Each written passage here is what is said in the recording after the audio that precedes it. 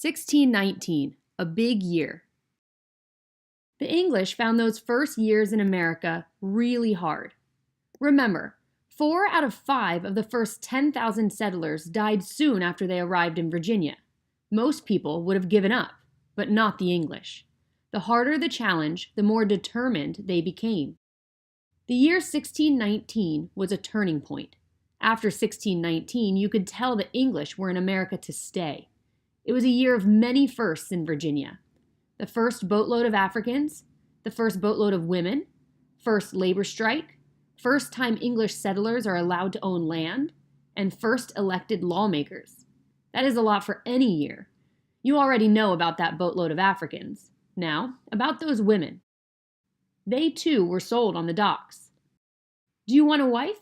It will cost you 120 pounds of tobacco.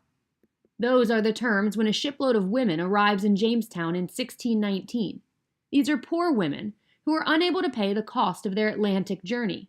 They want a new life in this new land. The lonely men want wives. There will be instant romances on the docks. What do you think of these women? Do you think they were scared? Courageous? Crazy? A few white women had already been to Jamestown, but sending an entire boatload of them to be wives means that the English plan to stay and make homes in America. The French, who are settling in the north, are less likely to send women.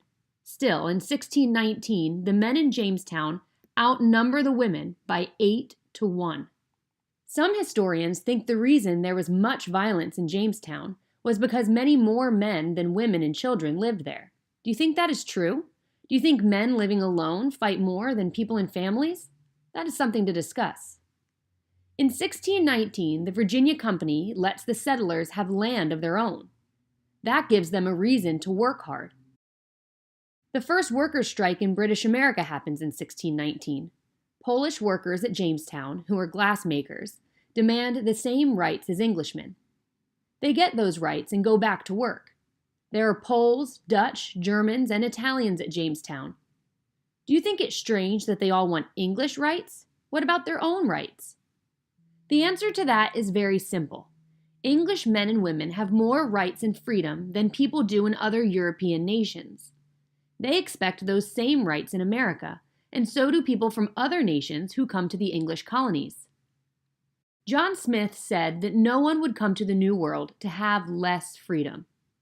The charter of the Virginia Company said, "All and every of the persons which shall dwell and inhabit within every or any of the said several colonies and plantations, and every of their children, shall have and enjoy all liberties, as if they had been abiding and born within this our realm of England."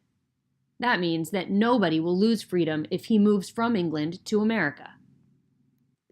In 1619, a group of lawmakers, known as Burgesses, is elected to make laws. They form an assembly called the House of Burgesses. In England, laws are made by Parliament. The House of Burgesses gives the Virginians their own form of Parliament.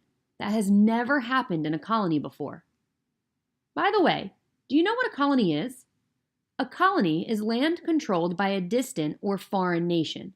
In the 17th century, many European nations have colonies in America, as well as in other parts of the world. These colonies are not all alike. In the Spanish colonies, no Europeans except Spaniards are allowed to settle. France admits only Catholics.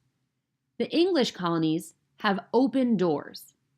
Think about that for a minute. That decision, way back in the 1600s, to let all kinds of people settle in the English colonies, made a big difference to our country.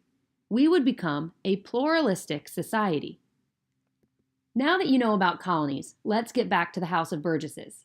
In the 17th century, laws for colonies were made in the home country, or by appointed governors and their councils. The House of Burgesses changed that. England was letting colonists make laws for themselves. That was a big first in history. An English governor did have veto power over the Burgesses. What is a veto? Okay, you can do some homework. Go to the dictionary and look that word up. The governor didn't use the veto very often. This is something you should remember.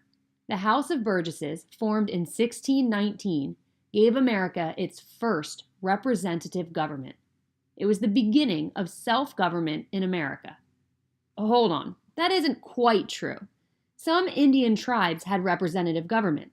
The House of Burgesses was the first representative assembly in the European colonies.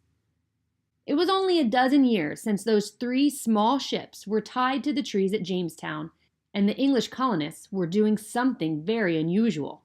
They were making laws for themselves.